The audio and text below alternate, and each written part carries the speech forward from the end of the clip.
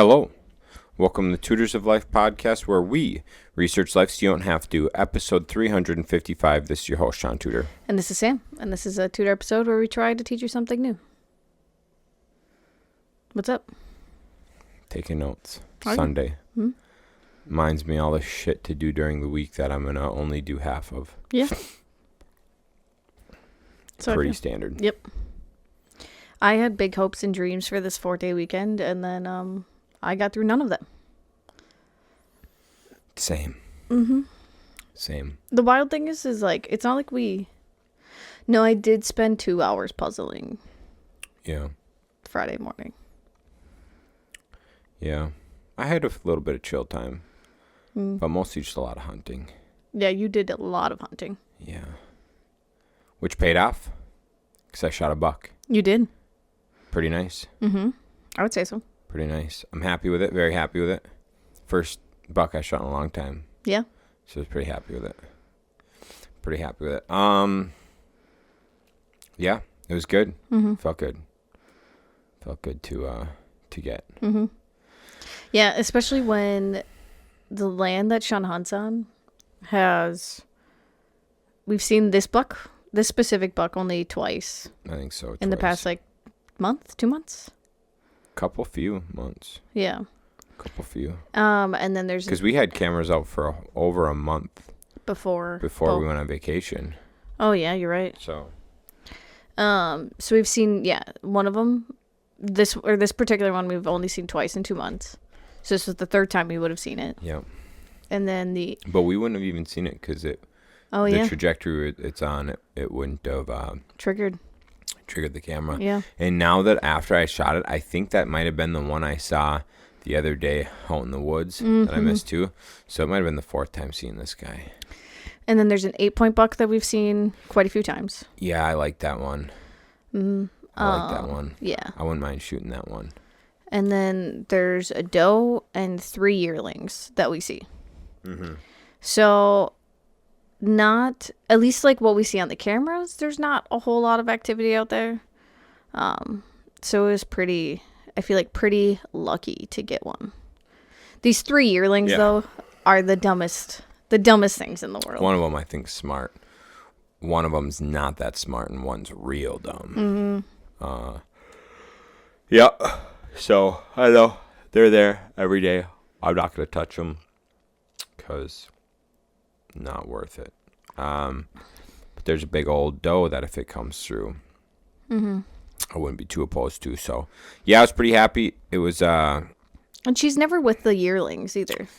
Sometimes. Is she? Yeah, sometimes in the camera. Sometimes in the camera she is, and then the one day the 3 yearlings were out for like 15 minutes, and then she came out, but she was spooked, so she boogied real quick. Yeah. Yeah, I know it was good rifle season. Late bow season, I'm still gonna try to take a doe or 2 real quick in the next 2 weeks. Mm-hmm. The next 2 weeks, if I could take a doe or 2, that'd be pretty great. And then I probably will go out still to look for that 8-pointer. Yeah. Yeah. Don't have a whole lot of weekends left. Got some afternoons. Yeah. Got some afternoons. Yeah. Fun. I think so. What else you got? Let's see. What else I got? This is a Tutor episode. Yeah. So, the first thing is, I saw a lot of friends get monster bucks this year. Mm-hmm. Like a lot more than monsters. Mm-hmm. That was cool to see a lot of people getting monster bucks. But, like Sam brought up, it's just patience and not spending the time sitting. Yeah. Like spending the time scouting, going through your camera. If you have bait, if you're in an area that allows baiting, sitting a lot, and then not harvesting a buck if it's okay. Mm-hmm. Passing it, waiting for a big boy. Yeah, I was telling Shaun, I think one of the things that's changed is like now almost everyone has cameras on their land where they hunt. So now they see what all the potential is. So like before, when like my dad would go hunting, it was just like, well, I don't know if another deer is going to come up, so I'm just going to shoot what I see. Yeah, I remember a number of years ago I had a pretty nice buck come in. I should have shot it, but I was like, it's pretty nice, but there's bigger ones out here. And so I just passed it up, and then like 30 minutes later, I heard the neighbor shoot it, and I was like, fuck. Mm-hmm. Well, that was dumb. Mm-hmm. But back then, had I had cameras back then, I would have known like, oh, hey, this is the biggest buck, or like this is one of the bigger bucks around. Take this one, you know? Right. And that's like with this, I would have shot this regardless, but like I knew it was worth my time to keep going out there because I knew we had a nice 8 and a pretty nice 10 coming in. Mm-hmm. And so I just hung out. Yeah, it was good. So yeah, patience. I mean, patience and just going out every chance you get. Putting the time in. Mm-hmm. So yeah, I was very happy with it. Very, very happy. So now I just need to go get some more dues and then go try to get that 8. If you want. If I want. Mm-hmm. Cool. You cool with that? Yeah. All right, sweet. So what are we twittering about? Oh, I just have a list of random shit. Oh. I got no one good topic. I just got a bunch of stuff. Oh, okay. That's news to me. Shaun just said, I got notes. And I said, okay. All right. This one's kind of good. Listen to a song. Oh, so are we like just going over like some simple things? So the first one is patience. Yeah. Okay, got it. Yeah. So you listen to a song. Listen to a song. Hold on. It's called Busy Man by Billy Ray Cyrus. You ever hear of that? No. Okay. Anyways, it's a song. You want to listen to it? No. Okay. And maybe like talk in your microphone. All right, dude. Damn. All right. So I listened to a song and it was good. And it was like, it was explaining about a dad who was too busy for his kids because he's a busy man doing shit. And then him finally realizing that, like, he was always like, I'm a busy man, time is precious. But then he realizes that time is precious, and like when work starts asking him to do extra like work or go like fly somewhere and do whatever, he's like, nope, I have the weekend planned with my family. I'm a busy man. Time's precious, right? Mm-hmm. So halfway through the song, he realizes that like he knew time was precious. He knew he was busy, but he just wasn't prioritizing it properly. Yeah. And it's just, yeah, it was a fun song to listen to. But I think it's very true in like some people just stay busy. Mm-hmm. You know what I'm saying? And don't make much actionable like progress. And some people are afraid to do certain things because like they're like, oh, that's too much work, right? Like working out, or like real estate, having like rentals, you know, too much work, all that stuff, right? But it's work in short bursts. You know what I'm saying? And if you do things properly, you don't, at first you may have to add more time, but then you can find places in your life where you can cut out wasted time. You know what I'm saying? Mm-hmm. And so I guess like what I'm getting at is I knew a gentleman, a great guy. He would take his wife and his kid to the gym with him. Mm-hmm. And they would just kind of take turns like checking in on the kid while they worked out, right?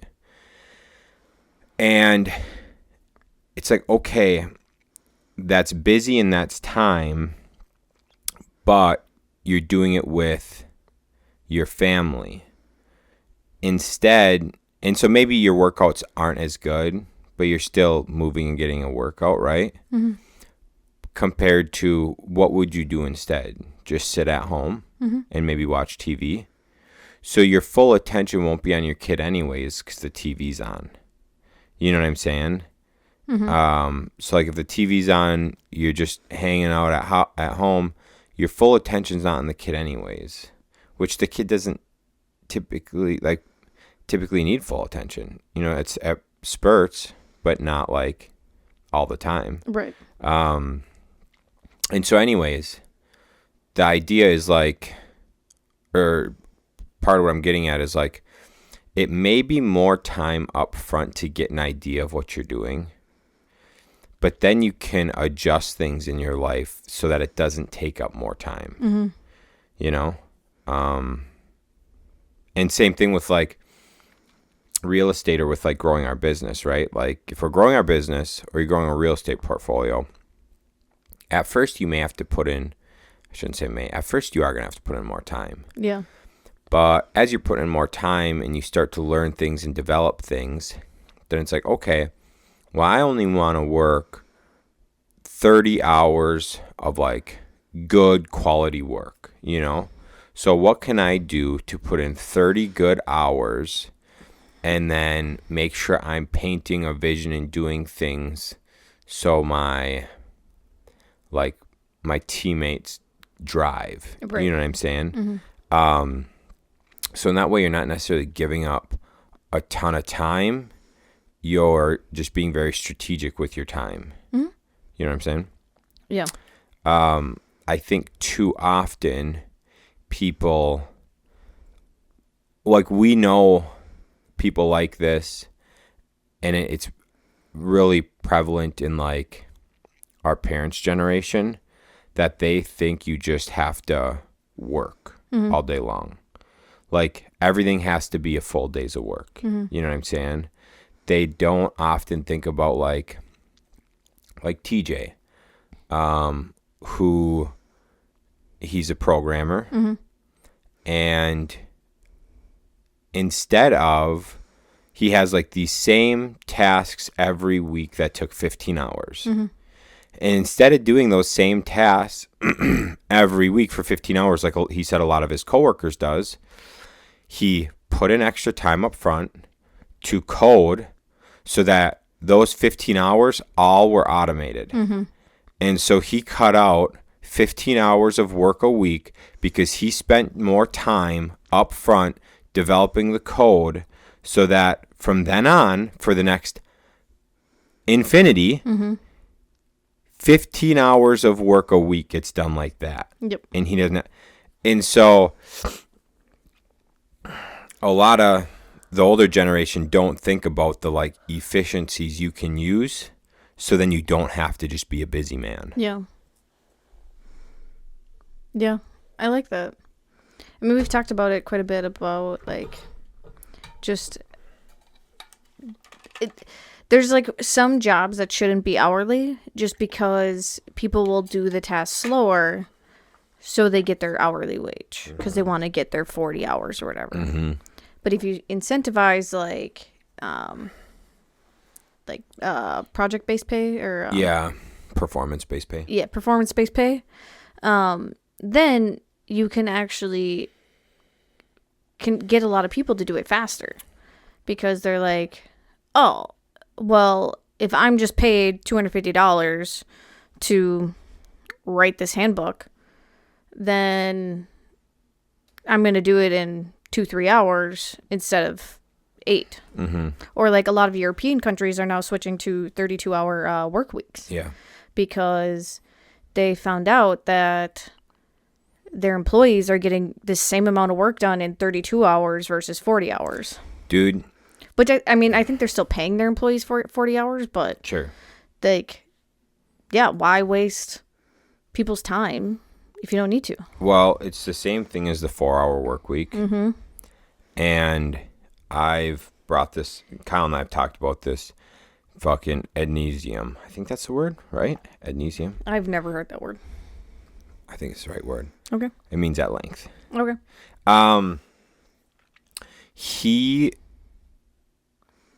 especially in the construction world.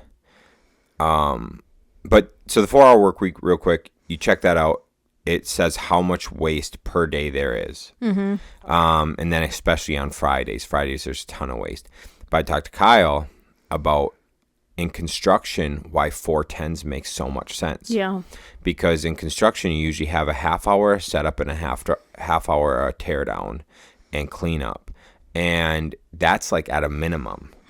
You got your tools set up and all that shit. And then you got to get going in the flow and whatnot. And then you got lunch, and it takes, anyways, these things, it takes away from your productivity.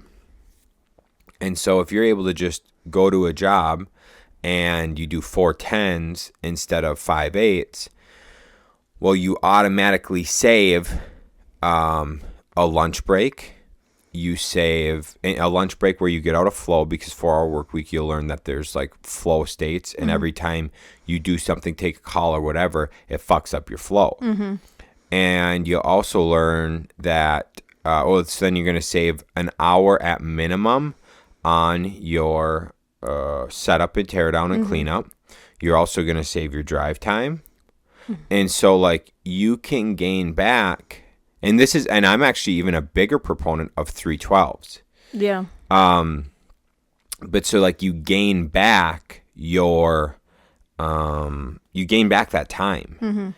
And so you have a full free day now to do whatever you want, or 2 full free days, because you sacrificed for those 3 to 4 days. Yeah. But a lot of people, they really struggle with that. And I don't think it needs to be. Yeah. It's just so interesting too, because like I don't think if we're doing like in our realm, if we're doing customer jobs, 312s would be hard, just because like you have to think you're intruding on That's true. their life so much. But 10-hour days I don't think would be that bad, because like it's probably an hour before they go to work and an hour after they come home from work. Yep. Which isn't the end of the world. Right. But like we've noticed with our guys, like there's so many times like they finish something at 3:00 and then they're like, oh, well, I have to leave in an hour. And so we'll just cut out now. Yeah, we'll just head out now because there's just no point in starting anything. Right. It's like, and it's like consistently they finish things at 3:00. Yeah. So, I mean, if instead they went to 6, Yeah. then that's a whole nother project they could probably get done in those 3 hours. Absolutely. And then also we could probably teach our guys then to actually pick up their shit and move on, because as of right now they work until they're 3 or 4 o'clock and then just leave everything out. And then so I know project manager for another company who they get paid, 1, a salary, and 2, they also get performance bonuses. Yeah. And that project manager's at the warehouse at 6 a.m. meeting the guys, making sure they're ready to go, and all that shit. Guys go out on the job. He might sit around and do an hour or 2 of work, prepping for like other jobs.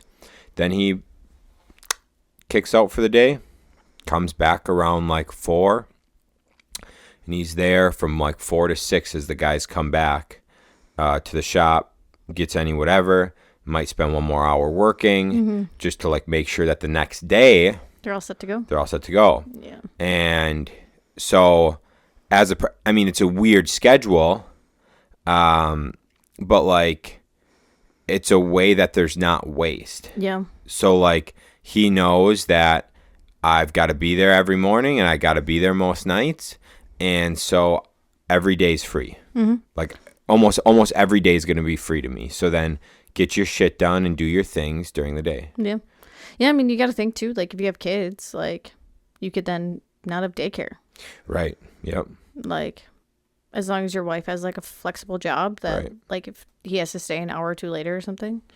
Yeah, no, it's huge. And then you get time with your kids and stuff. And that gentleman in particular makes a couple $100 a year. Yeah.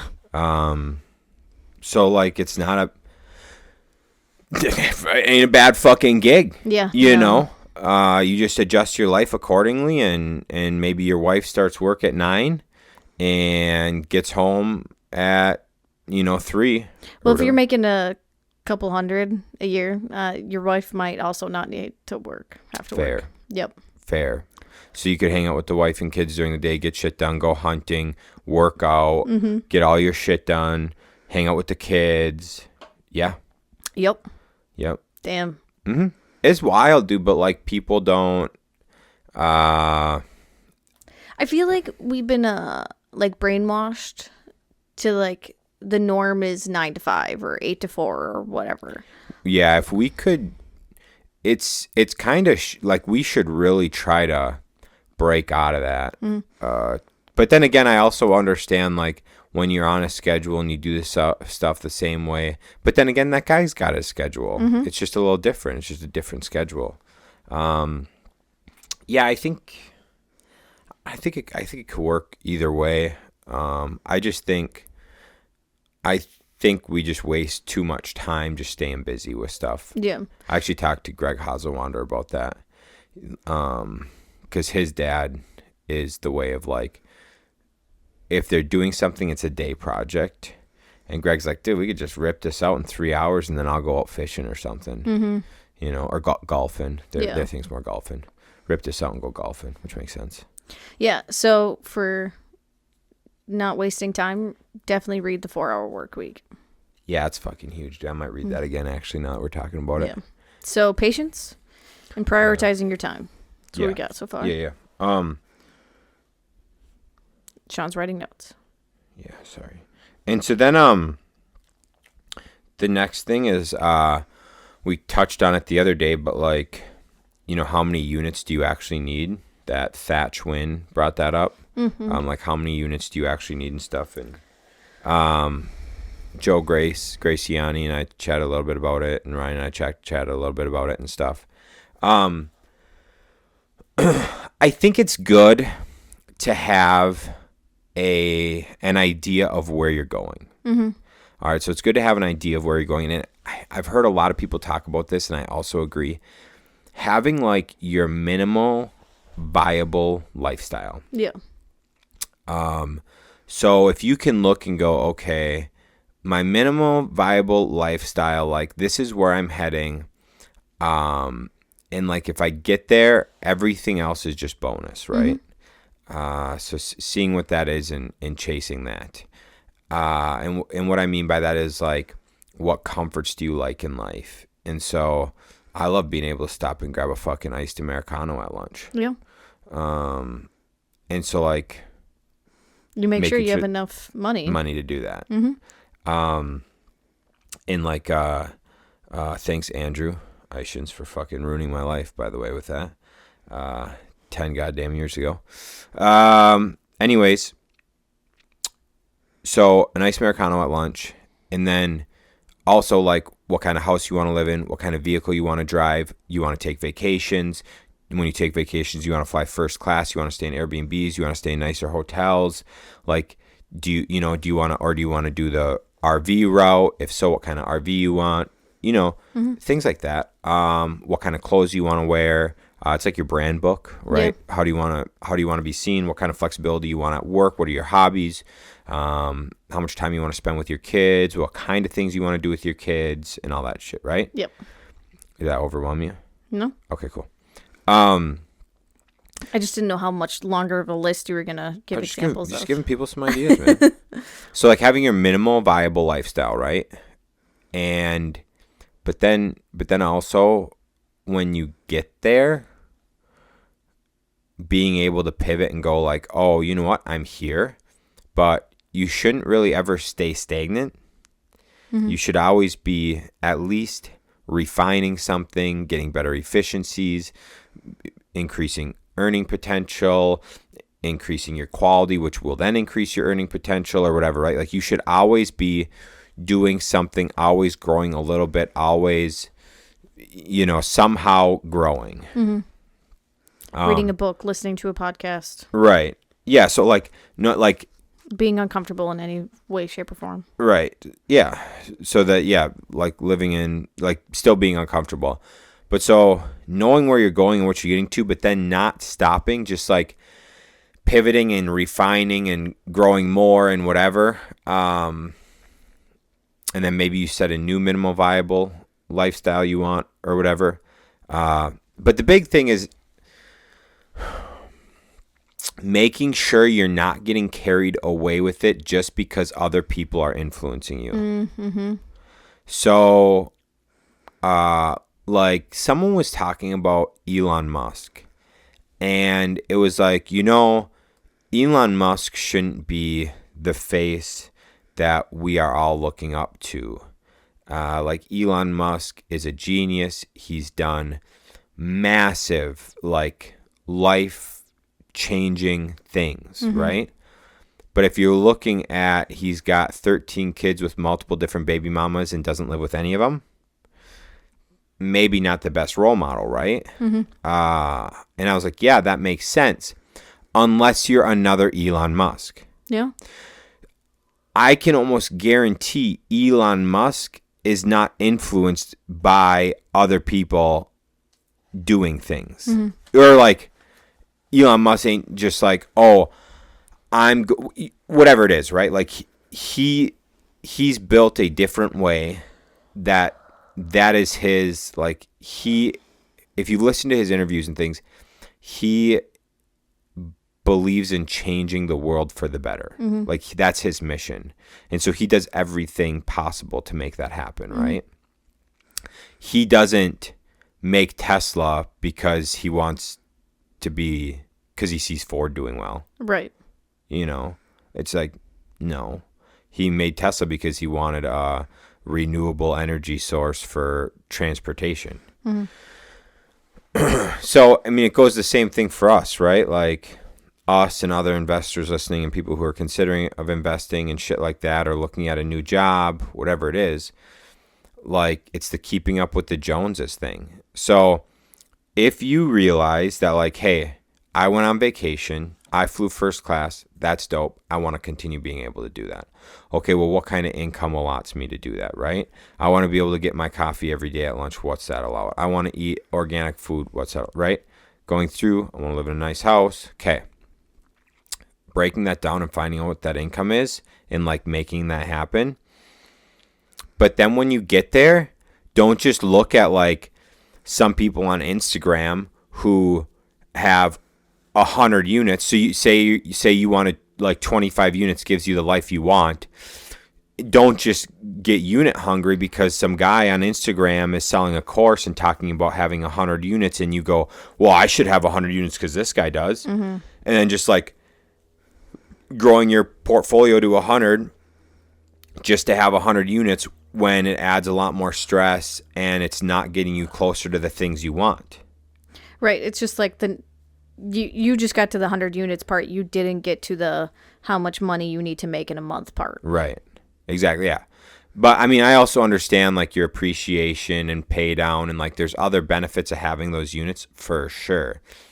But if your goal was to make $10,000 a month in passive income from real estate, then pay attention to that. Don't pay attention to how many units it is. Right. If your goal is to just have a retirement and from real estate, right, then sure, I'm sure 100 units will be great. It doesn't matter how much they make you now because once they're paid off, then that's going to be a great retirement plan. Massive. Yeah, massive. Yeah, so just doing things based off of like what you actually need and not what other people say you should be doing. So yes, absolutely. And then to add on to that is like making sure it's what you want. Yeah. Because there are people who want to become a CEO or want to become an entrepreneur because other people are entrepreneurs and CEOs or their friends are, and they want to be cool like them. But their personality doesn't allow it. Their habits don't allow it. Their behaviors and things don't allow it. And so they're going to change their life and do these things because they want to be cool or whatever. They're not thinking about what they actually want. So they'll go down this path to realize, oh, fuck, I was just doing this because everyone else was. Mm-hmm. And my personality, my traits, whatever, my habits don't allow me to actually lead an effective team. Mm-hmm. Be successful. Be successful. I don't have the accounting abilities to review profit and losses and balance sheets and understand what I'm looking at. I don't know, what I'm making per job. I don't know what I'm making per hour and shit like that. And so be careful just chasing things to chase things, because it might not be in your personality. It might not be in your wheelhouse. It might not be your your thing, and you're doing it just to keep up with the Joneses, maybe for your ego waffles or something like that. Mm-hmm. Go ahead. One thing that actually Andy just talked about about this on his Q&A from Monday. Mm. That you will get a lot of advice and input that may not apply to you, and you just have to be good with filtering it. Shaun and I, one of the we went to like a smaller mastermind group, which was like a lot of our like close friends. And one of the speakers that came in, he talked about like leveraging your time, and like you need to leverage your time more. Like if you can make more per hour than you're paying someone, then do it. Right. And then it got to like a point where like Shaun and I, like, we did start leveraging a lot of things, but then we were realizing like, oh yeah, we're leveraging we're paying someone to mow our lawn, we're paying someone to clean the house, whatever, but we weren't taking that time that we weren't doing those things to make more money. So we weren't actually leveraging our time. We were just fucking off. Right. We were just spending money on this and not bringing in more income. Yeah. So yeah, you really got to like pay attention to what you really want, and make sure if you do stuff like that, prioritizing your time, so then it is worth it. Prioritizing your time and making sure that you're not wasting, like, because we would end up just sitting on our phone. Yeah. And then actually, so it's like, okay, how productive was scrolling fucking social media compared to had we mowed our own lawn? Right. And then, like, because we started scrolling our phones, we were actually scrolling more. Right. Instead of just cleaning the house. Right. Yeah, it was really dumb. Yep. But so, yeah, be able to, like, filter what kind of information you're getting from people, especially. Books, not so much. Because you can pick and choose what books you're reading and what you want to learn from them. But people especially, like, everyone's different. Everyone wants different things. So you need to make sure you know what you want. Mm-hmm. Yeah, definitely. Mm-hmm. Yeah, that's a good one.